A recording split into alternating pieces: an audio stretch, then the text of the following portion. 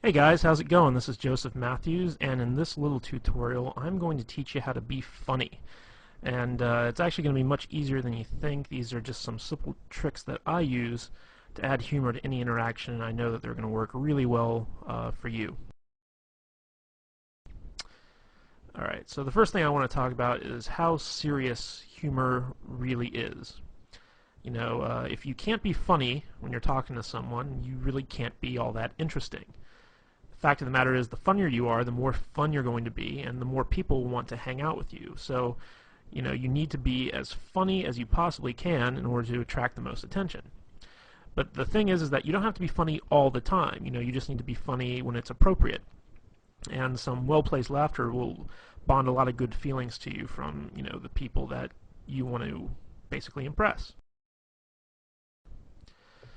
So the first thing I want to talk about is how humor is really a sign of intelligence. You see, only smart people really know how to be funny on purpose, okay? And when you make people laugh, they subconsciously associate your ability to be humorous with a high intelligence. And this puts you in a position of authority. And this is really important because, if people hold you in high regard, that gives you a higher social status. And we all know women are attracted to people with a high social status. It's in their nature. So the funnier you are, the higher you can raise your social standing in pretty much any situation you find yourself in. And here's another key that I really want to hammer home, and that's the idea that you don't have to be funny to be humorous. Don't worry about trying to be funny, okay? It really doesn't matter. A lot of what you say to be funny will not work, and the reason for that is that everyone has a different sense of humor, okay? Just being goofy and lighthearted will generate the same type of emotions that funny people do, even if you don't make people laugh, okay? The idea here is that you want to project the intent of being funny. So that kind of takes the pressure off in the sense that, you don't have to actually perform. You don't actually have to make people laugh. You don't actually have to tell them good jokes. You just have to have the intention to make people laugh and make people have a good time, and they'll pick up on that and appreciate that. Another big thing is I don't want you to be afraid to mess up, okay? Being funny is an art form. You won't always succeed, but that doesn't mean that you shouldn't try, okay? Now, in our efforts to be funny, stuff happens, Sometimes you might insult somebody, sometimes you might take something too far so that it stops being funny, sometimes you might say something inappropriate in the setting that you're in. This is going to happen if you want to try and be a humorous guy, because being funny is about taking chances. It's about doing stuff that's unexpected. And sometimes it can backfire on you. But if this happens, don't worry about it. Just apologize and move on, If you say something that's inappropriate or insulting, just say, like, look, in all seriousness, I'm really sorry. I was just trying to be funny. Can you forgive me? All right, that's all you need to do if you take things too far. So don't worry about messing up, because everyone knows what it's like to try to be funny and bomb. It's happened to everyone at some point in time. So if you just acknowledge it and you ask for their forgiveness, they will usually grant it to you. Okay, and another thing I want to point out is the fact that humor is not hard to do. See, a lot of people think it is, but it isn't. The truth of the matter is that anybody can do it. If you think you aren't funny or entertaining, don't sweat it. You can be, and you will be. Okay, believe that it's possible for you to be a funny guy even if you aren't. This will help you a great deal. I know a lot of guys out there are saying, like, oh my gosh, I'm so boring, I have no personality, I can't be funny. Okay, get rid of that belief right now, okay? It's possible for you to overcome that, even if you're like the most boring guy on earth who speaks with like a monotone Ben Stein type voice. Bueller, the guy I'm talking about. Okay, even if you're that guy, you can still be humorous, okay? You just have to go with it.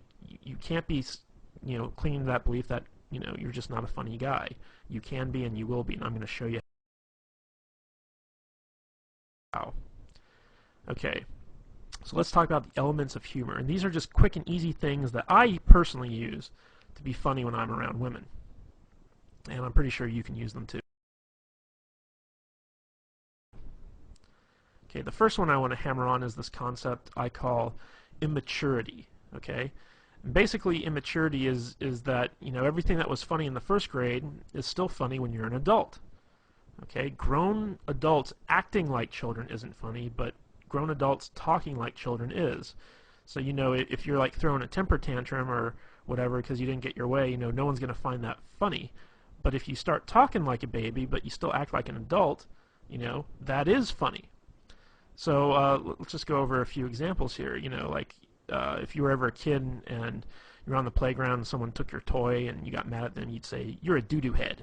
Okay? You know, and when you were a kid, you know, saying stuff like "you're a doo-doo head" was funny. So let's take that now when you're like a grown man. You know, let's say a girl says or does something you don't like, and you just kind of look at her and squint your eyes and say, "You're a doo-doo head." You know, that can be funny. All right.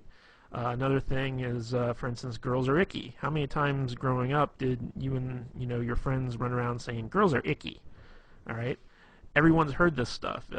Women who've been around kids have heard this stuff.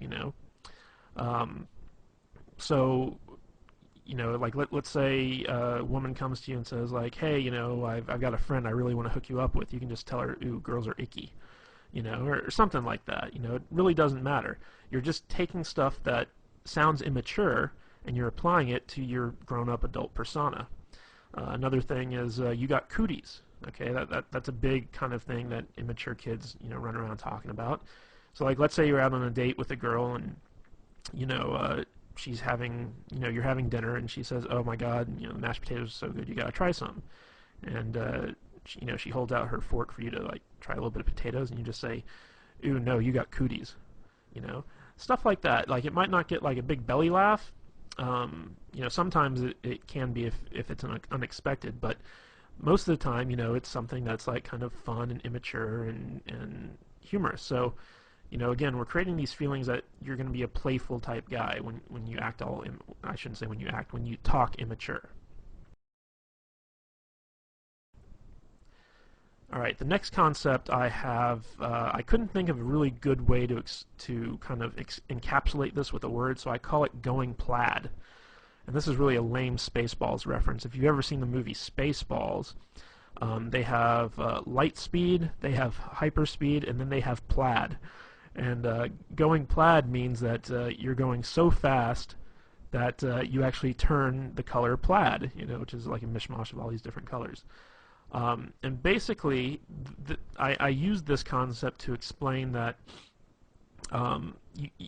you take a complaint or a criticism that someone makes of you, and you own it. And then once you own it, you take it way further than anyone ever really expected you to. Okay? So let me give you some examples of this. Let's say you're out with a girl and you say something kind of stupid, and she says, "Ugh, you're such a dork." But she says it in like a fun way. Like she doesn't really mean it. She just says, "Oh, you're such a dork." And you can respond to that by saying, "You're right. I am a dork. I'm the king of the dorks, as a matter of fact. We always get together once a year and have an election, and I've won like the past 12 dork years in a row.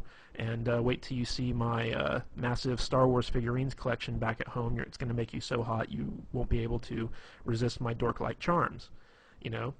That's what I mean by going plaid, is you take something that could be considered something that's negative, and not only do you own it, but you take it to its most ridiculous extreme. So, let's say, you say something kind of funny, and a girl kind of says, jokingly, "Oh my God, you're weird." Okay? And, you take that and you're like, "You're right, I'm the weirdest guy you're ever going to meet. In fact, I bottle my own urine and keep it in my refrigerator and label it based on, the time of day and, what month it was."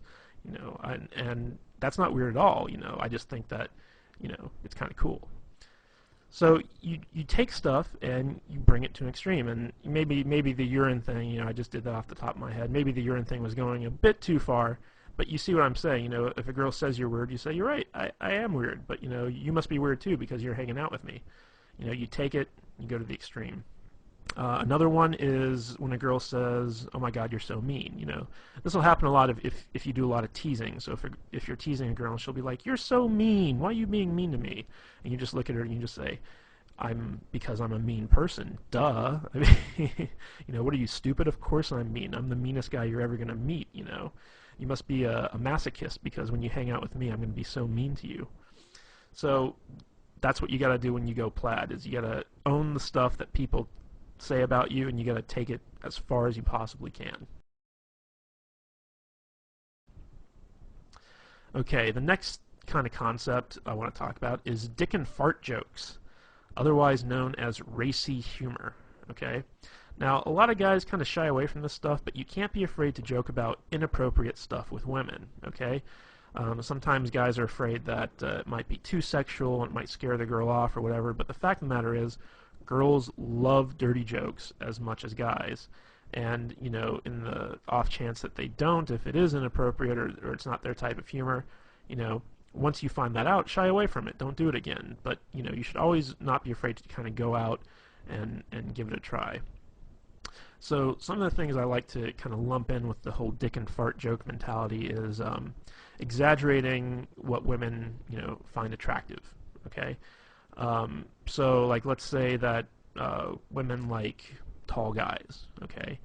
I'm not saying all women like tall guys, but let's say you meet a woman who does like tall guys, and you're like, oh my God, you're so into tall guys, like, you like the 8-foot giant people, everyone's a a midget to you because you only like guys who are like 10 feet tall. That's what you can do, and you can point out like really tall guys and be like, you see that guy right there over there? Yeah, he's not tall enough for you. Okay, he could be like, a basketball player 8 feet tall. You'd be like, no, he's not tall enough for you. You like taller guys. You like taller guys than that. So take some stuff that women like and exaggerate it. Accuse them of being sexual deviants. This always works really, really well.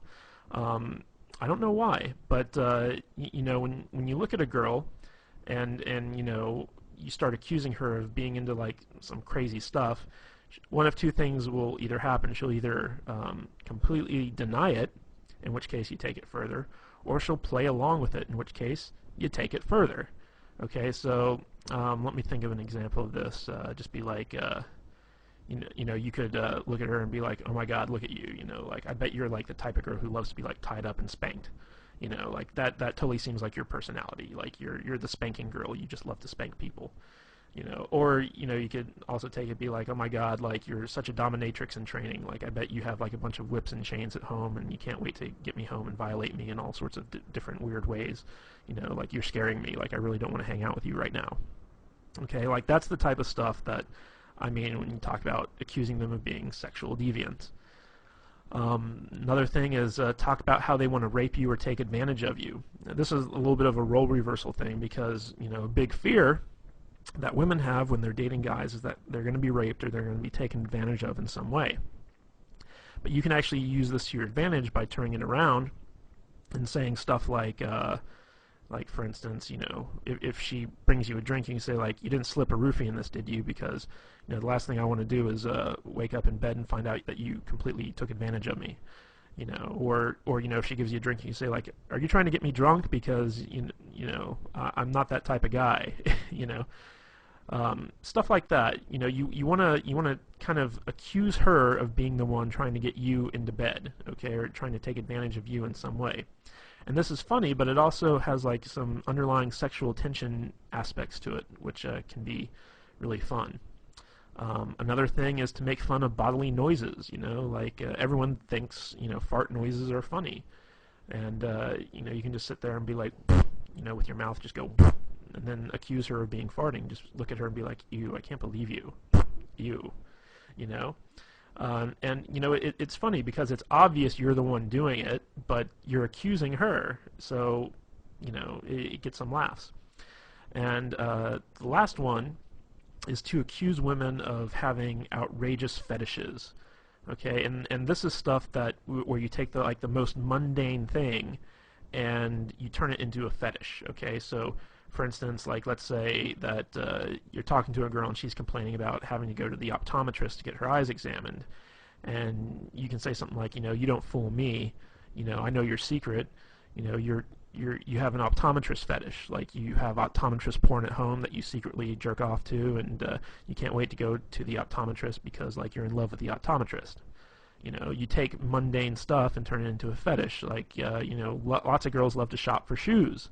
So you say, like, oh my God, you have such a shoe fetish. Like, if those shoes were like a man, you'd totally have sex with them. That's what I mean by turning stuff into outrageous fetishes. Okay, recall humor. Recall humor is basically taking what was funny once and continue to have it be funny again. And this is really where inside jokes come from. So basically, take something that you both thought was funny, that you both laughed at, and reference it again whenever you want it to be funny again. Let me give you some examples of this from my own life. There's a TV show on USA Network. It's called Psych, and it's about this guy who pretends to be a psychic and helps the police solve murders or whatever.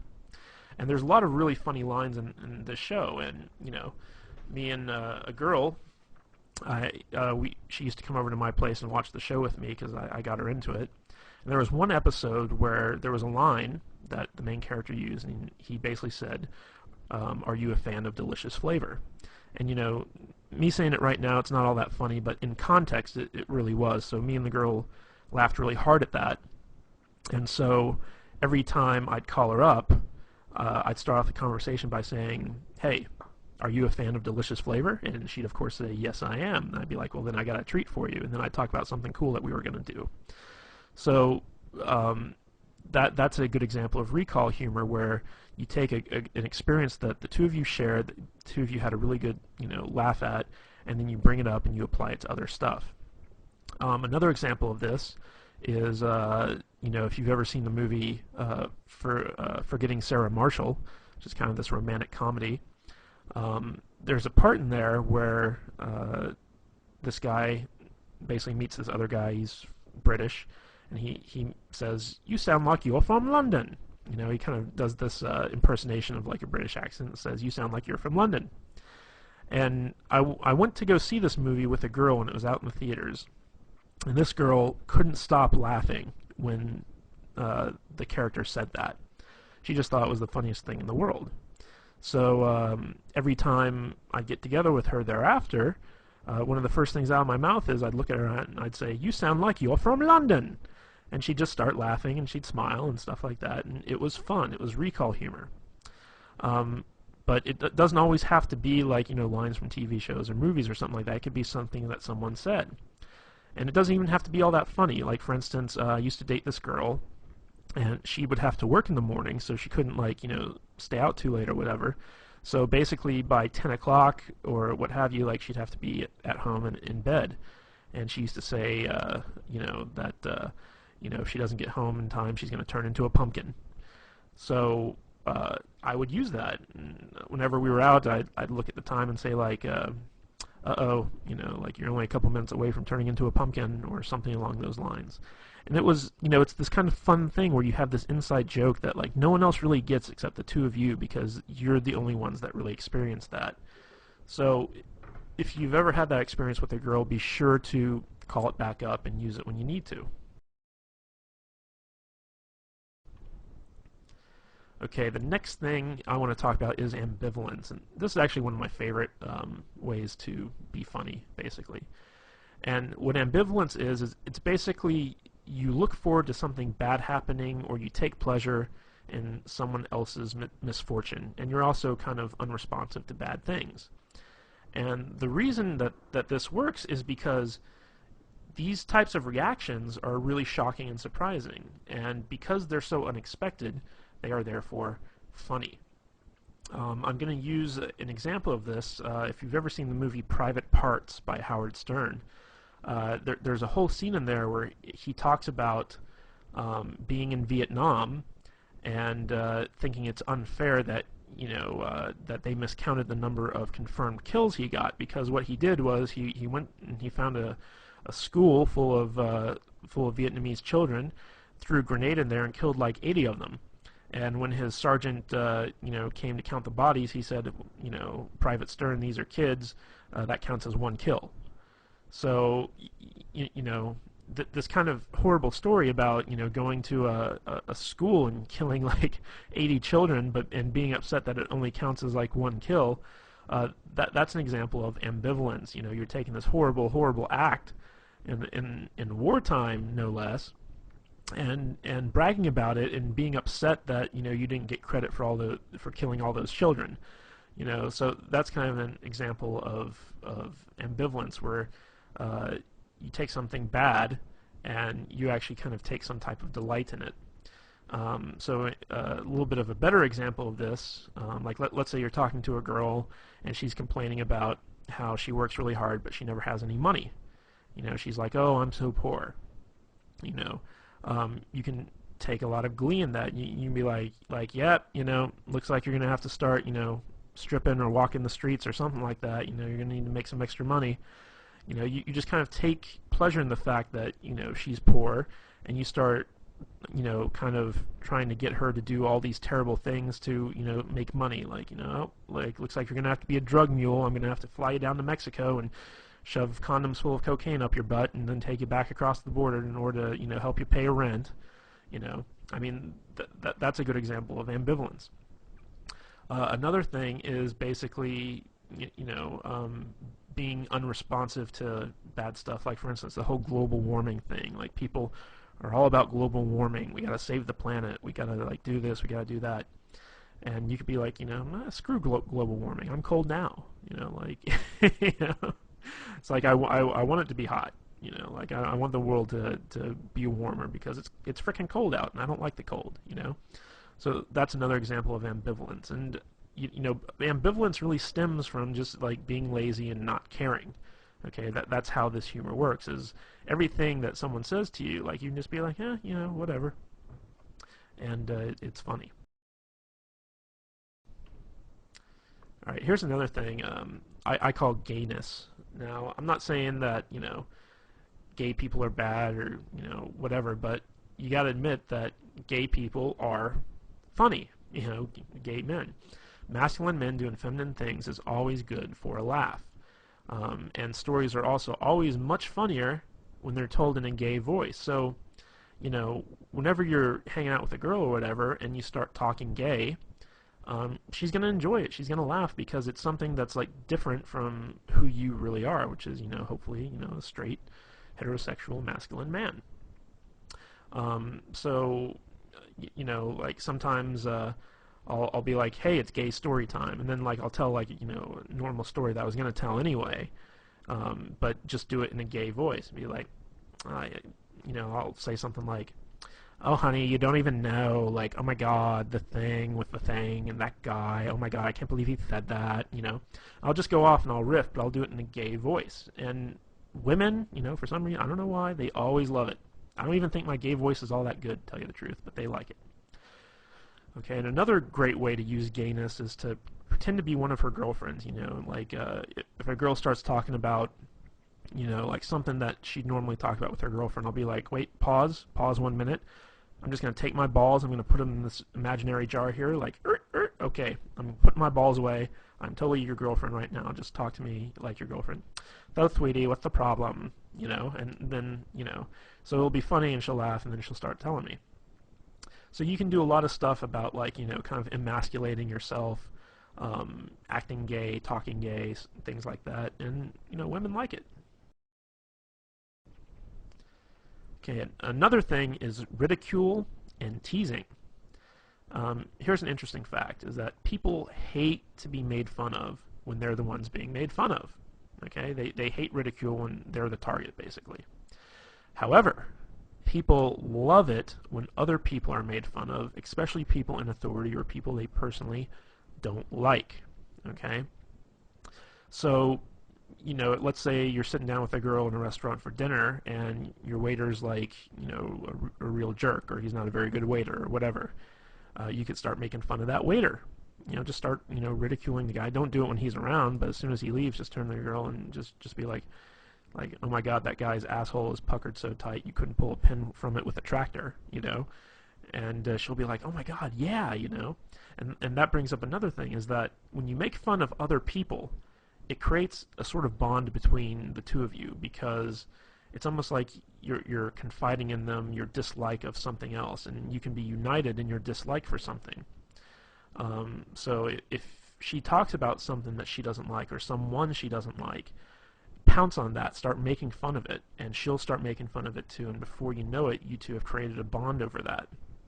Okay?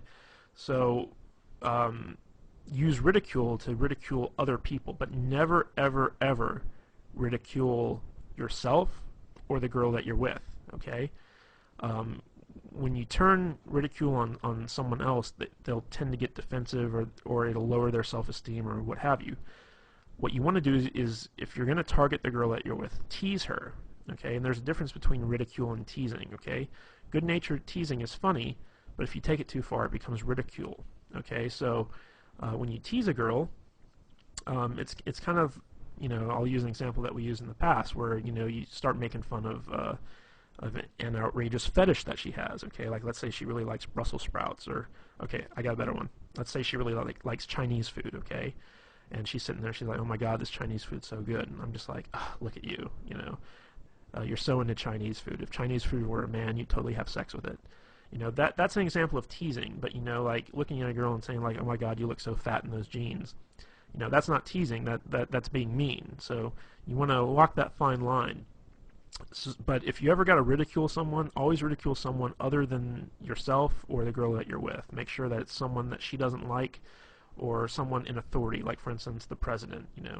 Even if she likes the president or she dislikes the president, whatever, it's always funny to make fun of people who have some type of authority position. You can also make fun of her boss, or your boss, or whatever, someone that has some type of authority over you. Alright, the next one that I want to talk about is impressions. Now, the fact of the matter is, everybody loves impressions, even the bad ones, okay? So, if you want to be funny, when you're telling a story, always do impressions of the different characters that are in the story. It could be a story of you and your friend Bob, and every time, Bob says something, you do it in the Bob voice, and the Bob voice can be something like a really high-pitched, whiny type thing. There's a guy in my group of friends, and his name is Adam. And me and my friends always do impersonations of Adam whenever we tell stories. And when I talk about my friends to the girls I'm with, I use this Adam impression. And it's kind of funny because, Adam, he has this really deep voice, but when we when we do our impression of him, we make him sound like a complete idiot. So we'll say like, yeah, yeah, I really like that, yeah. And that's our Adam voice, okay? And it totally sounds nothing like him, but it's a funny voice. So like when we tell the stories to the girls and we use our Adam voice, the girls really laugh, and they're like, does he really talk like that? And you're like, no, actually, he's got like a really deep voice, but we just like to use that voice. And before long, sometimes the girls even start doing the impressions like that. So you don't even have to worry if you can't do good impressions. Like, do bad impressions and then brag about how bad they are. So for instance, like let's say you're doing an impression of the girl you're with. Like obviously it's hard for guys to impersonate female voices, so you can just do it in a really high-pitched, shrilly voice. It's like, oh, I'm so tired, I don't want to go out. Why are you making me go out to dinner with you? I don't even like this place. You can start pretending like that's like your impression of her, and she'll be like, I don't sound like that. And you're like, I don't sound like that. And it's a bad impression, but it's funny. And another way you can do this is do impressions of celebrities or really well-known people. If you're talking about the president, do an impression of the president. Doesn't matter if it's good or not. Just take what you've seen done on TV and try and emulate it best you can. People really respond well to impressions because it's kind of like this theatrical performance. Even if it's not very good, like you're creating a whole new character that they can get into.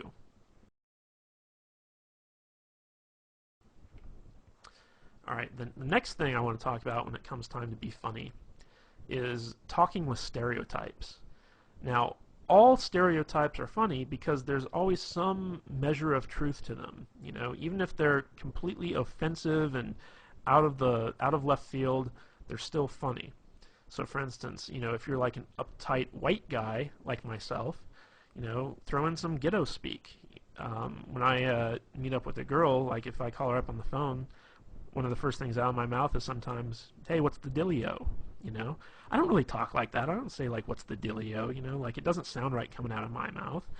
But, you know, when I'm calling up a girl and I want to be funny and playful, I use like what I like to call ghetto speak, which, you know, like ebonics and, you know, stuff like that. It's like, call her up, hey shorty, what's happening? You know, I mean, like really, you know, dumb stuff like that when it comes to me saying it. Now, on the flip side of that, if you're a ghetto black guy, talk like an uptight white guy, you know. Dave Chappelle does this really well, where he has this very white voice that he uses sometimes, and that's funny, you know, because you're kind of playing into this stereotype that white guys have like this very proper diction, and you know they're very uptight. If you're an Asian guy and you want to talk like Hong Kong Phooey, you know, with like the Asian voice, you know, go for it, because Asian guys can pull that off. Even though it's like very offensive and stereotypical, it's funny. If you're an Indian, talk like Habib, you know, like the guy from The Simpsons. It's like, thank you've come again, you know, that type of thing. You can get away with it because you're Indian, you know. If you know other people were doing it, it might be offensive, but you got to take stereotypes and instead of being offended by them, use them to your advantage. And when you do this, you want to take those stereotypes and blow them way out of proportion, you know, like just take them to their furthest extreme. People love it. Okay, another thing is sarcasm. And sarcasm is probably the easiest type of humor to do, but it's the hardest to appreciate. The more intelligent someone is, the more they can appreciate sarcasm. But just a word of warning here, people with low self-esteem, they don't really like sarcasm, okay? Because it can come off as being really offensive. There was the show that used to be on Comedy Central, I don't know if it still is, but it's called The Kids in the Hall. And it was basically a sketch comedy show. And they had a sketch on there called The Sarcasm Man. And basically it was this guy who had a speech impediment where everything he said sounded really sarcastic. And people people were always pissed off with him because it always sounded like, you know, he was just like making fun of them. So, you know, someone would come up to the guy and they'd be like, hey, you know, like, my name's Jim. What's your name? He's like, oh, hi, Jim. My name's Bill. You know, and then the guy'd be like, dude, why are you being so mean? Like, I just came up to introduce myself to you. And it's like, what? I'm not being mean. You know, and it went on like that for like, you know, a good, you know, 10, 15 minutes where the guy was just getting more and more upset, and the guy would have to explain like, oh, I'm not being sarcastic. I have a speech impediment. It's a real problem. And, you know, that was kind of like the punchline to the whole thing. So basically, when it comes to sarcasm, you basically got to act like the person you're talking to is a complete idiot, and you have to lower yourself to their level in order to effectively communicate with them. That's basically what sarcasm is you have a feeling of superiority over the person, and you're kind of poking fun at the fact that they're dumber than you are. And oddly enough, lots of girls really love sarcasm. They really love sarcastic humor, and a lot of girls, as a matter of fact, have a very sarcastic sense of humor themselves. Like, their type of humor is sarcastic. So if you're a guy, you tend to gotta put up with a lot of sarcastic women. So, and another thing I just want to point out is a lot of the stuff I've been going through with you guys with so far in this presentation is stuff I've learned from women. Like, this is all humor that I've gotten from girls that, you know, made me laugh. And I kind of sat down and was like, what is it they do that's funny? And it's very easy for like a girl to act like, you know, she's better than you and she's smarter than you, and she's got to talk down to you in order to do that. If you're dealing with sarcastic humor from someone else, play into it. Just act like you're a complete retard and be like, you're right, man can't talk, you know. Just go with it. If someone's kind of treating you like that, take it to its, you know, logical extreme. When you're dealing with someone who's sarcastic, you can pull the sarcastic humor all you want. But if you're dealing with someone who's not sarcastic, who has, you know, low self-esteem, who's kind of like sweet or whatever, you don't want to go the sarcastic route. Okay, another thing I love to do is use nicknames. Nicknames can be a lot of fun, and they can be really funny. And the more ridiculous the nickname, the better. One of the cool things about nicknames is that it really does create a bond between two people, because when you name something, you imply a certain sense of ownership, and it also becomes a type of inside joke between the two of you. A good example of this is one time I started dating this girl. Her name was Katie, and her email address was something like Goofy Kate, 123 or something like that. And when I got emails from her, it was always, from this Goofy Kate email address, so I just started calling her Goofy Kate, and eventually that got shortened to Goofy. And every time I'd see her, I'd be like, "Hey, what's up, Goofy?" And she'd laugh and whatever. But um, to me and her, it was, she was Goofy. That was her name. There was another girl I met where I used to call her Fuzzy Bunny. I don't even remember why. I just called her like Fuzzy Bunny for no real good reason. But that name kind of stuck. She was my little Fuzzy Bunny. And as long as like you're not calling women like really offensive names, like bitch, slut, hoe. Even though I have had girls who I nicknamed that never to their face, but whatever. You kind of have this kind of endearing inside joke. And whenever you're in a relationship with someone, eventually nicknames like kind of pop up. So it's always good to kind of like be the first one to go out there and do that and start referring to them in that sense. All right, bad jokes. Good jokes are hard, bad jokes are easy. That's just the long and short of it right there. So if you're going to tell jokes, don't even try to tell good jokes. Just use bad jokes because they're easy. You can go online and find like a billion bad jokes. Word of wisdom though, the shorter the jokes are, the better. Okay, and remember our little talk on immaturity a little bit earlier. First grade humor is always funny, and so if use bad jokes that would make like a kindergartner laugh. Now it might not get you an actual laugh from the girl, but it doesn't matter because it's a playful thing. It's fun, and you can also turn it into a game. So for instance, you could just look at her like if there's a lull in the conversation or whatever, you could just say, "Hey, why'd the monkey fall out of the tree?"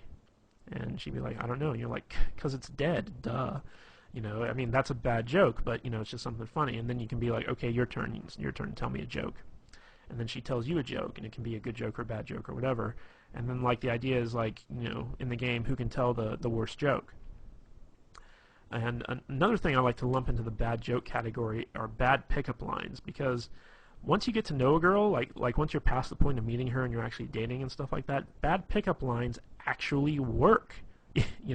Surprisingly enough, they do. Like you could meet up with a girl to go see a movie, for instance. Let's say two of you get together, and you're like, "Damn, girl, did you wash your pants in Windex? Because I can see myself in them." I mean, like that's a really bad pickup line. It would never work.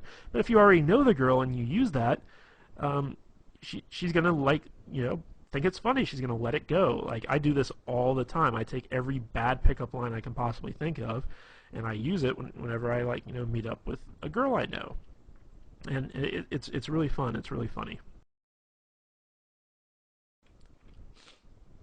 All right. Another favorite tactic of mine is to steal stuff that's already funny.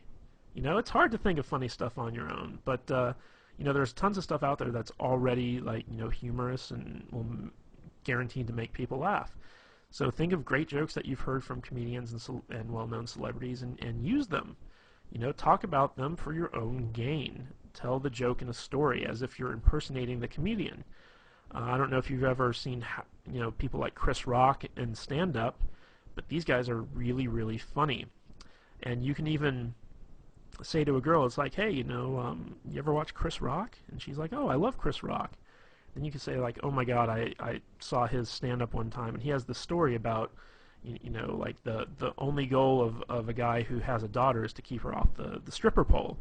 And then you can actually go into the exact same routine that Chris Rock uses in his stand-up and just like repeat it word for word, and it's still funny. Like women get it. Like then there's this whole other Chris Rock thing about having the dick in the jar. Like how every woman has like a guy friend who, in case she breaks up with her current boyfriend, she goes to him and just uses him for the rebound, and he calls that the dick in the jar. Break in case of emergency. So I love Chris Rock stuff, so I have a lot of his stuff kind of memorized so that if there's a lull in the conversation or I want to make the girl laugh or talk about something funny or take the conversation in a new direction, I can just pull out, something I love from Chris Rock, Dave Chappelle, Robin Williams, whoever, and just start, reciting it word for word, and maybe even do an impression of them while I'm doing it. So steal stuff that's already funny. It works really good. Okay, now let's talk about self-depreciation. Okay, this is the type of humor where you're basically making fun of yourself. And of course, people love ridicule as long as it's not directed at them. Now, self-depreciation humor actually does a lot of good things on your behalf, because if you're able to be self-depreciating, it shows that you're cool, because you can poke fun at yourself and not get upset. And women really like it when a guy has the ability to kind of make fun of himself, because it shows that he's not pompous, that he doesn't have hubris, and that he's confident enough to kind of take a licking and not kind of get angry or upset. Because whenever someone gets made fun of and they get upset about it, it shows that there's some type of problem with their self-esteem. So people with low self-esteem can't tolerate being made fun of. So if you can tolerate being made fun of, and in fact you make fun of yourself, that shows that you have some measure of confidence and that you're a cool guy. Now, on the flip side of this, it's also a great defense mechanism. So, like, let's say someone criticizes you, or whatever. Let's say you're out on a date and you have a run-in with some dude, and he starts making fun of you or criticizing you in some respect. What you can do is you can agree with whoever it is that's criticizing you, and then take it to a ridiculous extreme.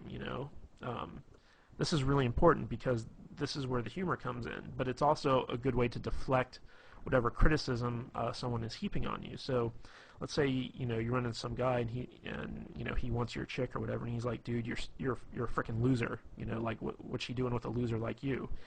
And you're like, oh my God, yeah, you're so right. Like, in a few months' time, I'm gonna be like shitting in a pickle jar. I just know it, but I can never really be as cool as you, man. Like, you're such a cool guy. Can you teach me how to not be a loser, please? Like, in fact, take my girl, please. Like, she needs to be with a winner like you. So basically what you're doing is you're agreeing with the guy and you're taking it as far as it can possibly go, but in a way you're deflecting that criticism and you're making him seem like a tool, all through the use of self-depreciation. Now, this can also be used to kind of diffuse a mistake or something that you did wrong. So, like, let's say that you made a mistake or you did something stupid. You can use self-depreciation to make light of it and then diffuse the awkwardness.